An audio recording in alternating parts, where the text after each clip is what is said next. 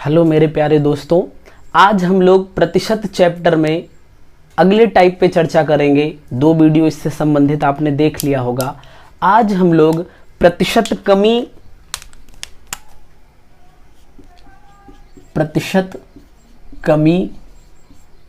या प्रतिशत वृद्धि से संबंधित प्रश्नों को देखेंगे। लेकिन उससे पहले आप थोड़ा सा समझिए प्रतिशत कमी क्या होती है और प्रतिशत वृद्धि क्या होती है। जैसे मान लीजिए हम बात कर लें, इस समय लॉकडाउन चल रहा है, ठीक है, तो पेट्रोल नहीं, डीजल का दाम लॉकडाउन से पहले अगर था 70 रुपए प्रति लीटर के, और अभी लॉकडाउन की वजह से 80 रुपए प्रति लीटर के हो गया, तो इसका मतलब डीजल के दाम में क्या हो गई? बढ़ोतरी हो गई। 70 से 80 पहुंच गया तो क्या हो गई? वृद्धि हो गई। वृद्धि हो गई है। यहाँ पे कितने की वृद्धि हुई? बहुत आसानी से आप देख सकते हैं, 70 से 80 यानी कि 10 की वृद्धि हो गई। तो एक तरीका तो ये हुआ कि हम इसको डायरेक्ट मान के रूप में बता दें, अंकिक मान के। दूसरा तरीका ये हो सकता है कि हम इसे प्रतिशत के रूप में बताएं। तो अगर हम यही प्रतिशत के रूप में बताएंगे तो हमें बताना पड़ेगा कि कितनी प्रतिशत की वृद्धि हुई। तो आप देखिए, प्रतिशत वृद्धि निकालने के लिए क्या करना होगा कि कितने से कितनी वृद्धि हुई। तो कितनी वृद्धि हुई? 10 की। कितने से हुई? 70 से हुई, और इंटू 100 कर देंगे। तो देखिए ये कितना आया? 100/7 के, यानी 14 सही 2/7% आ जाएगा। तो आप ये कह सकते हैं, अगर डीजल के दाम में 70 से डीजल का दाम 70 से 80 हो गया, तो चाहे आप बोलिए कि उसमें 10 रुपए की वृद्धि हुई, और चाहे आप बोलिए कि 14 सही 2/7% की वृद्धि हुई। यही बात कमी वाली है, ठीक है। मान लीजिए किसी वस्तु का दाम जो है, वस्तु का दाम 50 रुपए था, 50 रुपए पर केजी था, और बाद में उसका दाम जो है वो 30 रुपए पर केजी हो गया। तो हमें देखने से ही पता चल रहा है कि घट गया है। तो यानी कि हम क्या कह सकते हैं? कमी हुई। कितने की कमी हुई? 50 से 30 हो गया, यानी 20 की कमी हुई। पर केजी हम 20 रुपए बचा लेंगे। यही अगर हमें प्रतिशत के रूप में बताना है तो कमी प्रतिशत, कितनी कमी हुई? 20 की। कितने से? 50 से, और इंटू 100 कर देते हैं। तो इसका मतलब 50 2 बार जाएगा, और यहाँ पे 40%। तो कितने की कमी हो गई? 40% की कमी हो गई। ठीक है, ये रहा कि कमी और वृद्धि क्या होती है। अब इससे संबंधित प्रश्न कैसे पूछे जाते हैं वो समझिए। जैसे आपसे कह दिया कि ए का वेतन बी के वेतन से 20% अधिक है, यानी ए का वेतन बी से, तो जिस से कह दे उसको आप कह सकते हैं 100।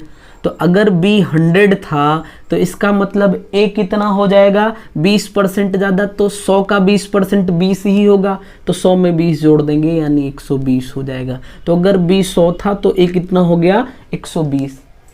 तो बताओ कि B जो है, B का वेतन A के वेतन से कितने प्रतिशत कम है? ठीक, अभी ध्यान से सुनिए। ए का वेतन बी के वेतन से 20% अधिक है, तो बी का वेतन ए के वेतन से कितने प्रतिशत कम है? तो देखिए कितना कम है यहाँ पे? 20 कम है। कितने से? 120 से।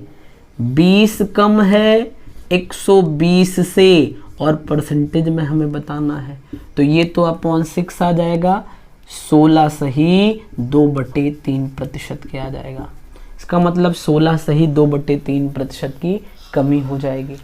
ठीक है, कोई दिक्कत नहीं है।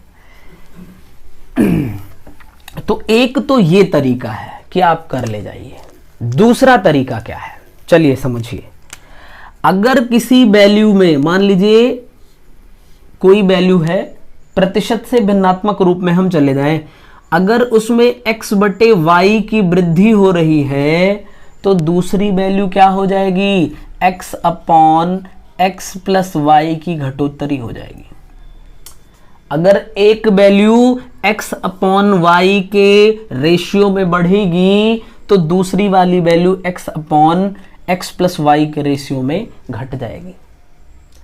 दूसरा हो सकता है अगर x अपॉन वाई के रेशियो में कोई वैल्यू घट रही है तो इसका मतलब वो किस रेशियो में बढ़ेगी, तो हम क्या करेंगे, x अपॉन यहां पे x माइनस वाई कर देंगे। अगर वृद्धि वाला दे दिया तो ये हमारी कमी हो जाएगी और कमी दे दिया तो ये हमारी वृद्धि हो जाएगी। ठीक है, इस बात को आप ध्यान में रखिएगा। अभी ये क्वेश्चन सॉल्व करवाएगा, मुंह जबानी क्वेश्चन सॉल्व होगा, फटाफट देखिएगा कैसे।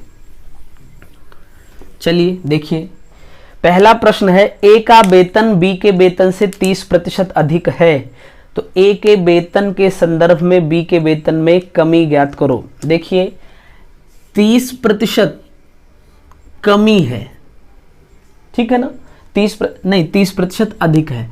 30% का मतलब कितना हुआ, 3/10।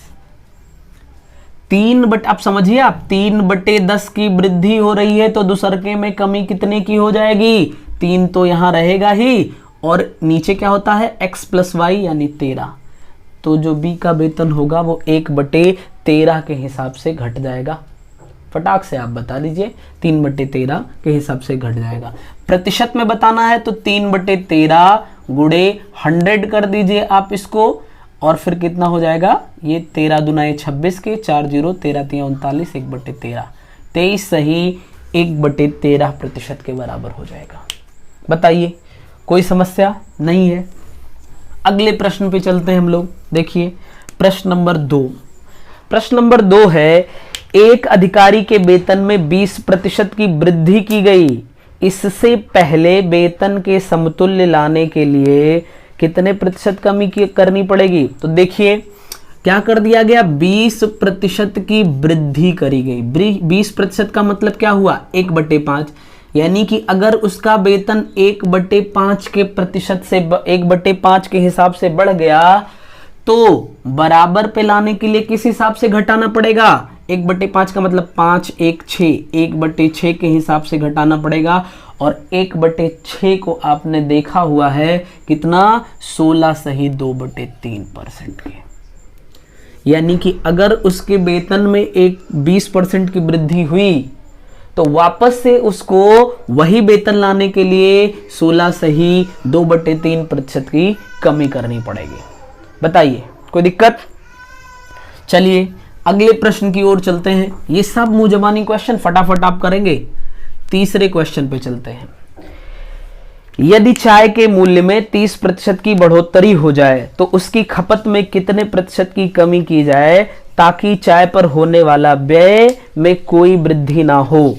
ठीक है, तो देखिए जो हमारा कुल व्यय होता है व्यय बराबर, आप समझिए हमारे घर में कुल कितनी खपत हो रही है, कितने किलोग्राम चीनी की या चाय की खपत हो रही है, और 1 किलोग्राम चाय या चीनी का दाम कितना है। यानी कि मूल्य गुणे खपत बराबर कुल व्यय के या कुल खर्च के हो जाता है। अब देखो आप, अगर कुल व्यय को समान रखना है, कुल व्यय को समान रखना है तो अगर मूल्य बढ़ेगा तो खपत को क्या करना पड़ेगा, घटाना पड़ेगा, तभी ये समान रहेगा। और अगर इसको समान रखना है, मूल्य घट जाए तो इस बार क्या करना पड़ेगा, खपत को बढ़ाना पड़ेगा। अगर इसको बराबर रखना है तो इसमें कोई भी चेंज नहीं आए तो इनको मूल्य बढ़ेगा तो खपत घटेगी, और अगर मूल्य घटेगा तो खपत बढ़ेगी। यानी कि अगर ये कुल व्यय समान है तो खपत और मूल्य में क्या हो जाएगा, व्युत्क्रमानुपात का संबंध हो जाएगा। ठीक है, तो आप समझिए फिलहाल बड़ी आसानी के साथ आप समझिए क्या कहा उसने कि चाय के मूल्य में 30% की बढ़ोतरी की जाती है। ठीक है, चलिए देखिए चाय के मूल्य में 30% की बढ़ोतरी की गई, यानी 100 था, 100 से कितना कर दिया गया, 30% की बढ़ोतरी 130 हो गया। 100 से 130 अगर मूल्य हो गया, अभी आपने कहा मूल्य और खपत एक दूसरे के व्युत्क्रमानुपात, यानी कि अगर ये 100 से 130 है तो ये 130 से 100 हो जाएगा। 130 से 100 हो गया, यानी कितने की कमी करी गई? 30 की कमी करी गई। कितने से? 130 से, और इंटू 100 कितना आ जाएगा? 3/13 और गुणे 100 के हो जाएगा। इसको आप क्या लिख सकते हैं? 13 दुनाई 26 और 4 बच जाएगा, 13 तिया 39 और 1/13, 23 सही 1/13% के बराबर हो जाएगी। ठीक है, चलिए अगले प्रश्न की ओर चलते हैं। प्रश्न नंबर 4। प्रश्न नंबर 4 है, यदि तेल के मूल्य में 25% की वृद्धि हो जाए तो एक घराना तेल की खपत में कितने प्रतिशत की कमी करे जिससे उसका मासिक खर्च ना बढ़े? तो देखिए, खर्च हमें बताना है, तो खर्च बराबर खपत और गुणे मूल्य, यही हुआ। अब समझिएगा आप, ठीक है। मूल्य में 25% की वृद्धि हुई, देखिए ध्यान से, 25% की वृद्धि हो गई। 25% का मतलब कि क्या हो जाएगा? 1/4 के। अगर मूल्य में 1/4 की वृद्धि हो गई तो खपत क्या करनी पड़ेगी? 1/5 यानी 20% कम कर देनी पड़ेगी। कैसे? देखिए, 1/4 की वृद्धि हुई तो ये हो गया हमारा x/y। तो खपत में क्या होगी? कमी होगी। किस हिसाब से? x/x + y के हिसाब से, यानी 1/415 के हिसाब से। और 1/5 का मान क्या होता है? 20% के होता है। तो अगर मूल्य में 25% की वृद्धि हुई तो खर्च को नियत रखने के लिए खपत क्या करना पड़ेगा? 20% कम कर देनी पड़ेगी। बताइए, कोई दिक्कत नहीं है? चलिए अगले प्रश्न की ओर चलते हैं। अगला प्रश्न 5 नंबर है, किसी चीज की कीमत में 60% की वृद्धि हो जाने से उपभोक्ता के उसके उपभोग में कितने प्रतिशत कमी करनी होगी ताकि खर्च ना बढ़े? खर्च ना बढ़े। देखिए, 60% की वृद्धि कर दी गई। आप समझिए, 60% की वृद्धि का मतलब क्या हो गया?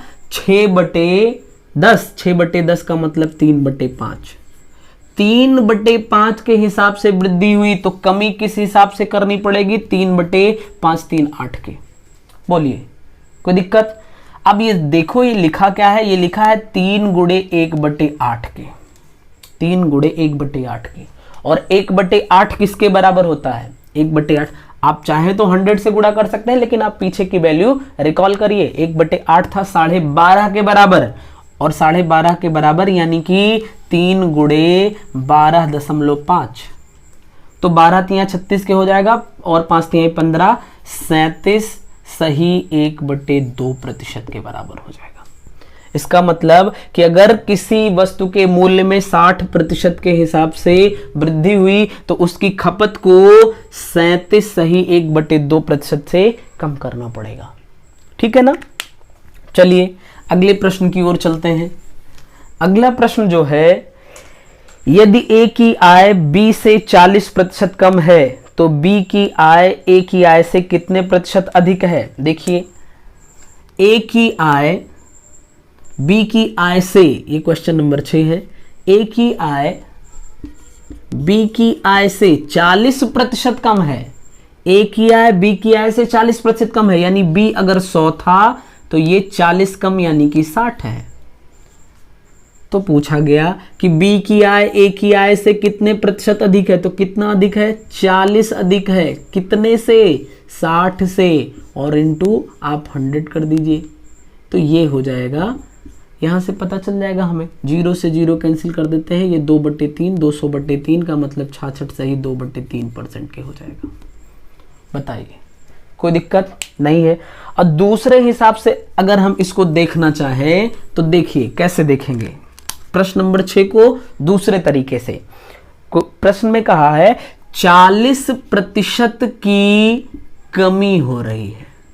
तो मैंने अभी आपको बताया, यदि कोई वैल्यू है वो x/y के हिसाब से घटी है तो वो बढ़ेगी किस हिसाब से? x/x - y के हिसाब से घट जाएगी।